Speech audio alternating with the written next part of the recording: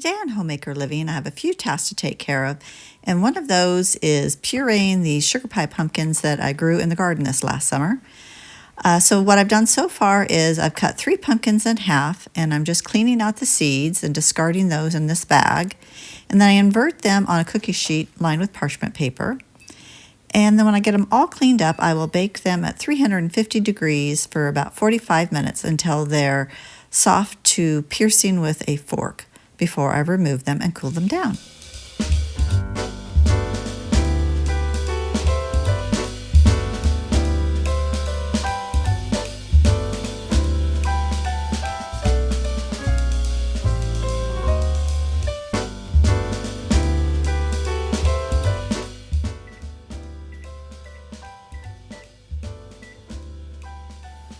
While the pumpkins are baking, I'm going to go ahead and get started on my vegetable broth that I'm going to make here in the Instant Pot. I'm just going to add some extra vegetables that I have to get rid of, and that's some celery and some carrots, as well as some little bits of apple I had and some frozen blanched cabbage that I had that I need to use up, as well as a number of herbs from the garden. That was fresh cilantro I threw in there. That was from the cold frame. And I've got some dried basil as well as some dried parsley. And eventually I get to the dried thyme that I have that's still on the stems. And then also throw in a little bit of salt for taste. And then eventually add in the water. And I think in this case I added about 7 cups of water. I just kind of gauge the water based on how many vegetables I have in there to make a tasty broth. And then once I get all of the water added, I'll give it a little stir. Not that that's necessary, but it's just habit. And then I'll put the lid on and make sure that I move the venting to seal. I was intimidated the first time I started using an Instant Pot, but if you are on the fence and you want to use one, I would just recommend watching some videos and reading the instructions before you get started. But I'll just cook this at 30 minutes. And then looks like the pumpkins are done. I'm piercing them with a fork just to make sure, and I'm going to let them cool for a while until they're easy to handle.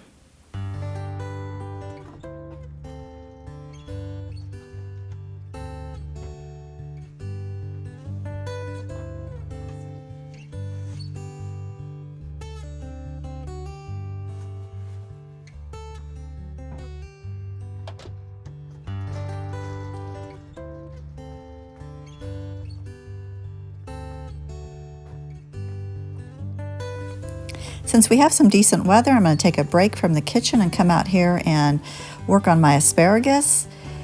When it is dyed back, apparently you are supposed to remove it to prevent any pest and disease from your crop from next year. This is my second year having asparagus, so hopefully next year we'll have a good growth as well and be able to harvest some. But what I've done is I've tried to remove some of it with my little hand clippers, and it was a little difficult getting through those stalks, so I went and grabbed my big loppers, and that is working out a lot better. Made quick work of this bed.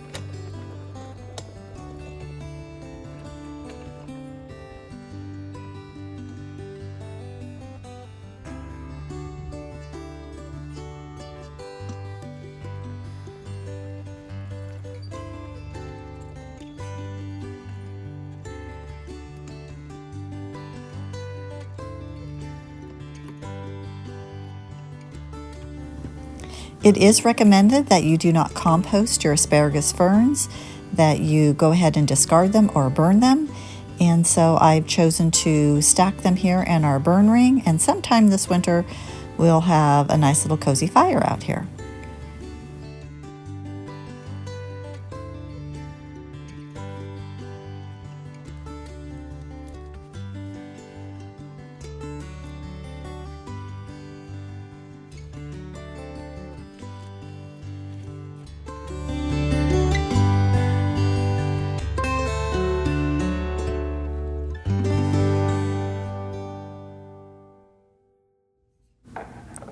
The Instant Pot has finished and it depressurized on its own. As you can see, I flipped the little vent there to vent, and no steam came out. And I let it cool down completely so I could easily handle the pot without any oven mitts, and just going ahead and draining it here with a colander and a bowl and getting out as much liquid as possible. And then also, again, I was outside for quite a long time, so everything cooled way down. These were nice and cooled down, easy to touch. And then while that broth is cooling down, I'm going to go ahead and get to pureeing this pumpkin.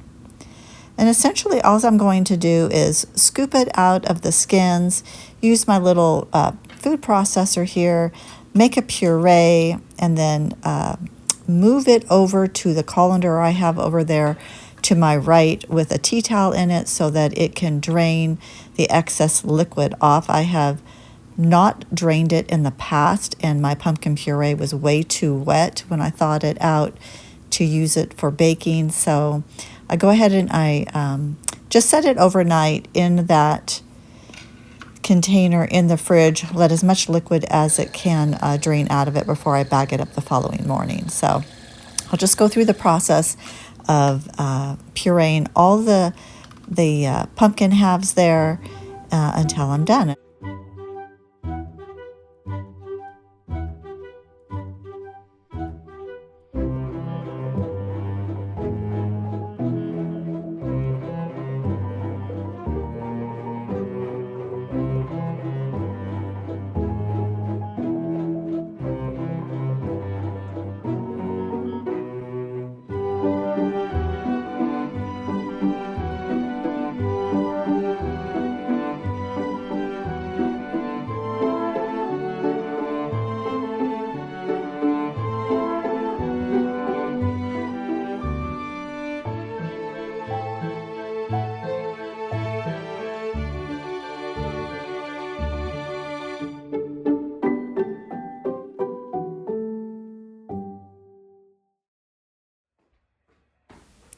Now that the vegetable broth has cooled down, I'm going to measure out 4 cups to reserve for my soup that I'm going to make tomorrow.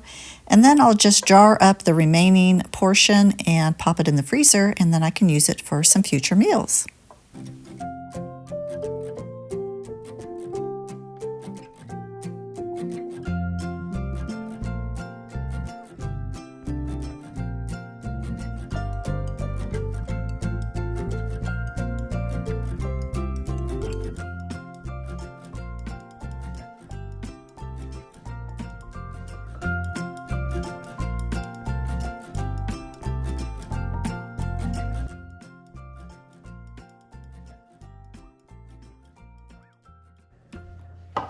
So I forgot to film bagging up the pumpkin puree.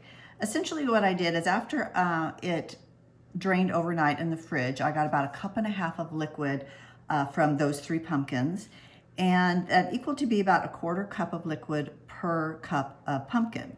So you want to make sure you drain it before you use it, because otherwise your pumpkin will be too watery potentially and kind of mess up your baked good. I've learned from my mistake, make sure I always drain it.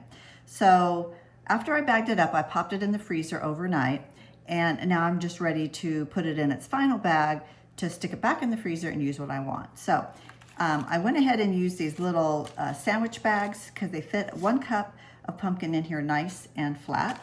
So I did that, stuck it in this cookie sheet so that they would freeze nice and flat.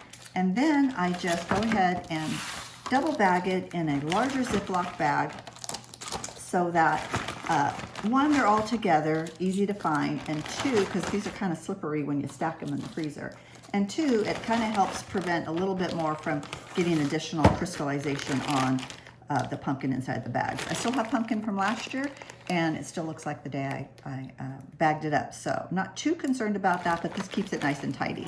So now I'm ready just to grab what I need, 2 cups of pumpkin puree for whatever I'm going to bake.